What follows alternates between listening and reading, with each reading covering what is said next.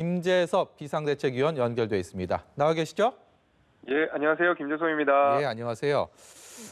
인사청문 전국이 일단락됐습니다. 물론 김호수 검찰총장 후보자의 인사청문회도 앞으로 열리겠지만 총리와 3명의 장관 후보자 중에서 어느 정도 어제로 일단 결론은 났는데 국민의힘 입장에서는 오늘 의원총회에서도 얘기 나왔지만 굉장히 예. 비판적인 목소리 커지고 있습니다. 어떻게 보셨습니까?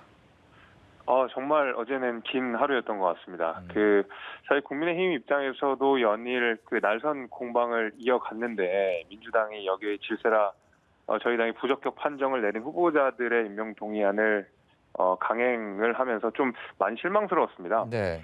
사실 박준영 후보자를 제외하고 어제 통과된 후보자 3명은 모두 범죄 의혹이라든지 비위 의혹들이 있는 부적격자라고 저는 생각을 하고 있습니다. 예.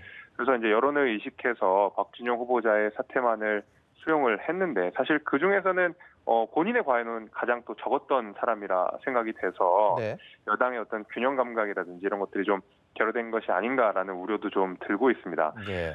물론 저는 이제 국민의힘 비대위원으로서 이야기를 하고 있지만 지금 이 인사청문회 자체가 좀 장관으로서 일할 수 있는 자질을 평가하는 것이 아니라 신상털기식이라든지 아니면 정쟁 수단용이라든지 예. 이렇게 인사청문회를 만들어 버리는 야당이 무조건 잘했다고 보기는 어렵다고 생각이 됩니다.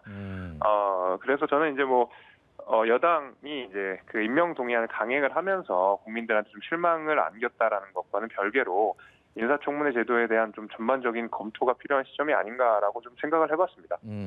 지금 인사청문제도의 수정 보완 필요성을 언급을 하셨는데 사실 문재인 대통령도 취임 4주년 기자회견에서 이 얘기를 했고요. 오늘 송영길 대표와의 회동 자리에서 송 대표도 또 이 얘기를 했습니다. 어떤 식으로 좀 수정 보완이 돼야 된다고 보십니까?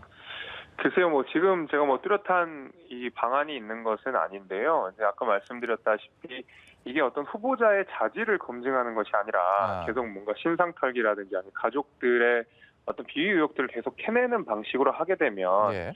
장기적으로 좋은 인재들이 행정부에 등장하지 못하는 걸림돌이 좀 될 것 같아서요. 네. 좀 비공개로 돌릴 수 있는 부분들은 적극적으로 비공개로 좀 돌리고 특히 이제 신상 문제라든지 아니면 개인의 문제라는 것들은 좀 비공개로 좀 돌려서 사람 자체가 상처받지 않도록 하는 것이 있을 것 같고요. 오히려 네.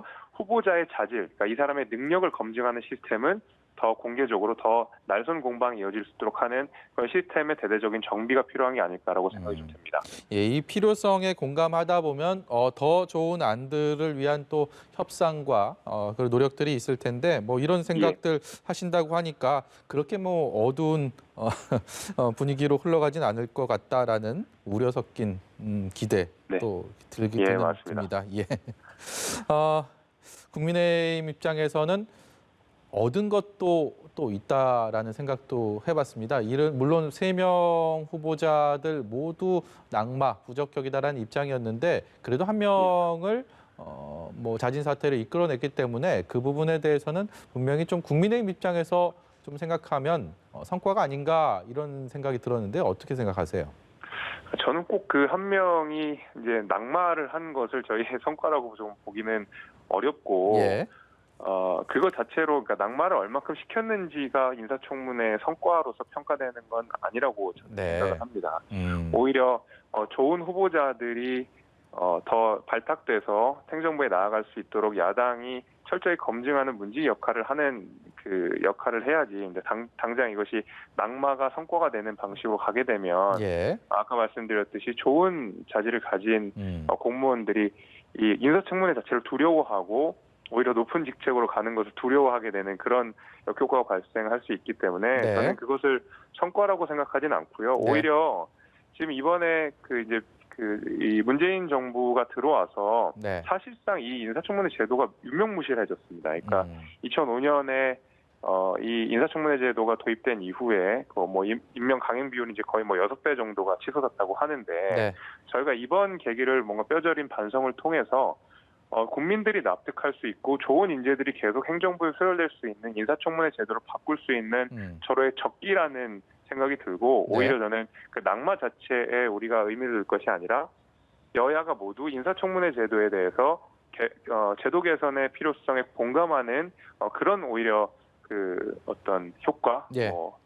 점수 이렇게 그것이 더 중요하다고 생각합니다. 네. 국민의힘 전당대회 열기가 뜨겁게 가열되고 있습니다. 애초에는 영남이냐 비영남이냐 이런 지역 대결 구도에서 지금은 그보다는 신구 대결 구도로 펼쳐지고 있는 것 같은데요. 이 상황 어떻게 보고 계십니까? 저는 굉장히 고무적으로 보고 있습니다. 사실 얼마 전에 치러진 민주당의 전당대회에 비해서 저희 국민의힘 전당대회가 벌써부터 뭔가 뜨거운 열기를 보여주고 있는 것 같아서 저 개인적으로는 고무적으로 생각을 하고요. 예. 사실 저희 당이 지난날에 전당대회를 볼 것 같으면 사실 개파 간의 경쟁 내지는 당내 주도권 싸움 같은 것들로 당내 선거들이 치러지고 또 그렇게 비춰지고 국민들한테 실망을 안겨주고 했었거든요. 네. 이번에는 세대 교체라고 하는 큰 아젠다를 통해서 신구가 건전하게 경쟁하고 있는 모습을 보여주고 있어서 네. 저는 그 고무적이라고 굉장히 생각이 많이 들고 네. 사실 정치뿐 아니라 그 모든 영역에서 항상 그 세대 교체에는 진통과 항상 잡음이 있지 않습니까? 그래서 아직까지 이것을 이 초선과 중진들의 갈등이라든지 이렇게 보기에는 무리가 있을 것 같고 오히려 이런 건전한 토론들을 통해서 더 좋은 후보들이 나오고 나아가서 국민의힘이 세대 교체까지 이루어질 수 있는 중요한 계기가 된다고 봐서 저는 지금 이 신구 격돌이 굉장히 고무적으로 평가한다 이렇게 말씀드릴 수 있을 것 같습니다. 마지막으로 한 30초 정도 남았는데요. 최근 SNS 통해서 복당 신청했던 무소속 홍준표 의원의 복당 굉장히 반대를 하고 있는 걸로 알고 있습니다. 왜 그러시는 겁니까? 저는 홍준표 의원이 우리 당이 보여왔던 국민들한테 실망을 안겼던 구태 정치의 전형의 모습을 잘 보여주고 있다고 생각하기 때문입니다. 그 홍준표 의원이 말씀하시기를 자신을 막말이라든지 구태 보수로 몰아갔을 때 가장 이득을 보는 것이 민주당이라고 하셨는데 저는 대략 홍준표 의원이 우리 당에 들어와셨을 때 가장 이득을 보는 사람들이 민주당이다라는 확신을 가지고 있습니다. 그래서 저는 우리 당이 과거를 않고 미래를 향할 수 있도록 더 좋은 정치인들이 뛰어놀 수 있는 플랫폼이 될 수 있도록 홍준표 의원님이 복당하는 것을 제가 개인적으로는 막는 것을 소신으로 하고 있습니다. 네, 오늘 말씀 고맙습니다. 여기까지 듣도록 하겠습니다. 예, 감사합니다. 김재섭이었습니다. 지금까지 국민의힘 김재섭 비상대책위원이었습니다.